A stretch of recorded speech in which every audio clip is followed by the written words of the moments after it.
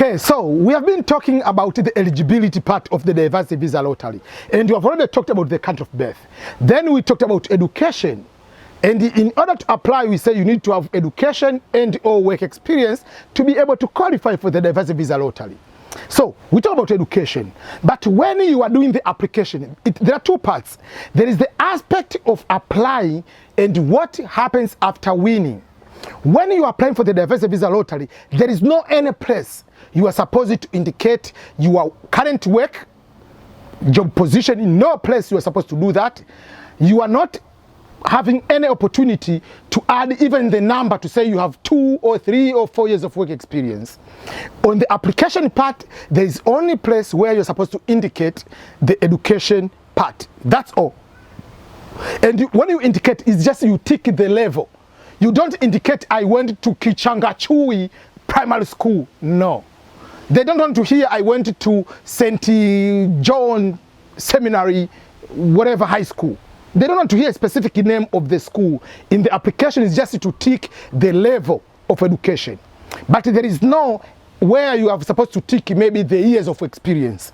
But according to the instruction of the diversity visa lottery, you are supposed to have at least 2 years of qualifying work experience. The key word here is qualifying.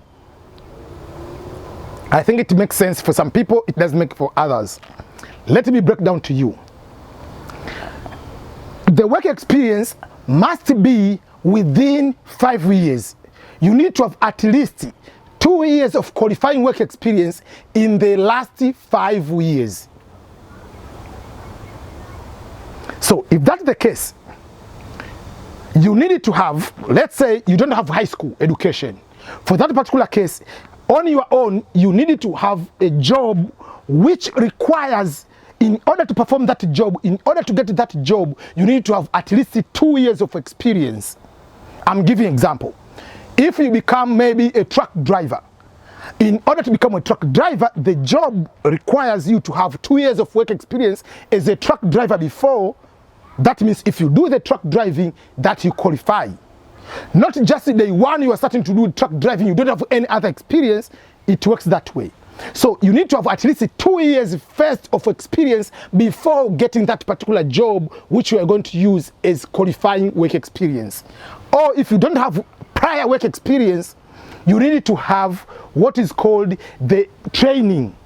2 years of training. If you go to the vocational education, you have a diploma of at least 2 years, then go and do the work experience. Or you need to have, first of all, the in-job work experience before you start counting those 2 years of work experience. But those work experience can either be paid work experience, can be unpaid work experience. You can volunteer somewhere, you can do internship somewhere, you can be paid for work you are doing.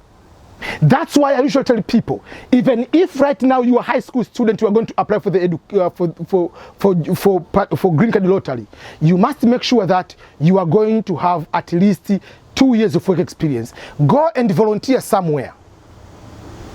Go to the orphanage center, have a position and apply. That is something you need to make sure that you understand that one. But if you are just assuming that, oh, my job, you finish high school, your job is just, oh, let me chill and do betting. Betting is not work experience. You can get good money, but when the time comes to win the green card lottery, they are going to deny you the visa. There are some people, they say they have self-business. They are going to look at it. Do you have certifications? Do you have license? Is your business registered? What is the magnitude of your business? Not selling 2 tomatoes, 3 tomatoes outside your house, you say now you have business. No. You cannot say I'm a soccer player and you are playing in your village team. No. Work experience is going to look also the magnitude of it. Let's say you say, oh, I'm a chef, which is good. Did you go to the chef school? Did you go to the culinary school and go and get some vocational education certification to become a certified chef? Yes. Where do you work now?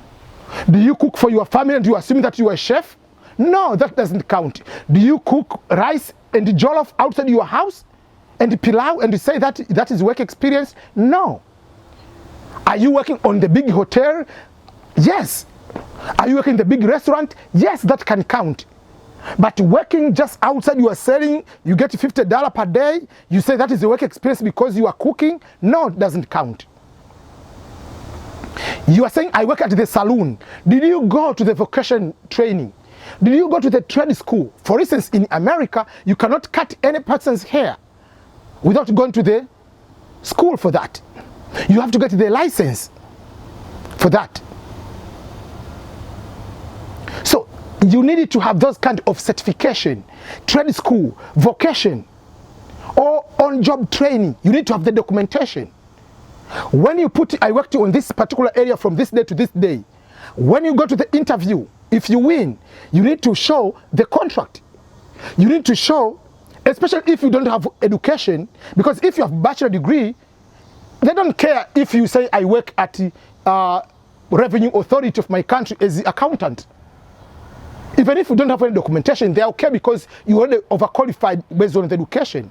But if you don't have those kind of education, which you don't have the transcript, you need to have every documentation, paperwork, to show that you volunteered on this particular, with this position, you worked for 3 years, you worked for 4 years, you have this kind of, so you need to have all those kind of things. But the best way, no matter what you are doing, especially if you don't have high school, start volunteering. Have a backup, despite the job you are doing. If you go to a certain particular nice organization, starting doing social work, doing something, it helps you. When you win, you can be having a guarantee of getting what we call coming through the work experience. Other things,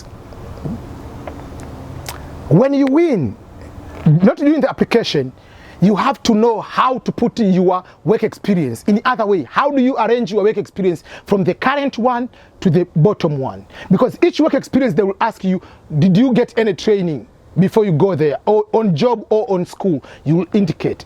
Does that job require extra work experience, maybe 2 years of experience before you get hired? If yes, that's good, it's going to help you. So all those kind of things are very, very crucial. But you have to know that during the application, there is no any place you will be required to add work experience. The work experience will only be required when you are going to add on the time you have won the diversity visa lottery.